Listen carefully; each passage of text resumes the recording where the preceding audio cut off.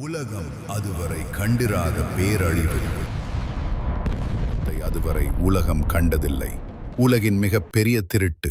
அபயம் கொடுத்த அப்பாவி மக்களின் நிலத்தை பிடுங்கி அவர்களை அகதிகளாக மாற்றி இன்று வரை நிகழும் இனப்படுகொலையின் துவக்கம்தான் இந்த நக்பா. நக்பா என்றால் அரபியில் பேரழிவு என்று பொருள். இரண்டாம் உலகப் போரில் ஜெர்மனி தோல்வியை தழுவியது.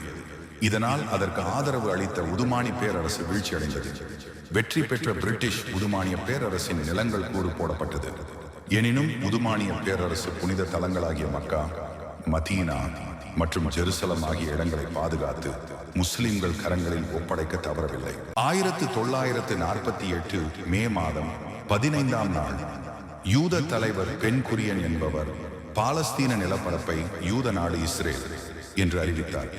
ஐநாவின் நயவஞ்சக தீர்மானமும் யூதர்களின் வேத நம்பிக்கை அடிப்படையில் இஸ்ரேல் என்ற நாடு உருவானது.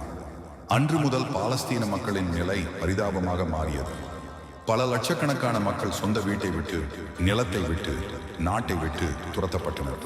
பல லட்சக்கணக்கான மக்கள் கொல்லப்பட்டுள்ளனர். பெண்கள், குழந்தைகள் என பாரபட்சமின்றி கொல்லப்பட்டுள்ளனர். இன்று வரை இந்த கொடூரம் நம் கண்முன் நடந்து கொண்டுதான் இருக்கிறது.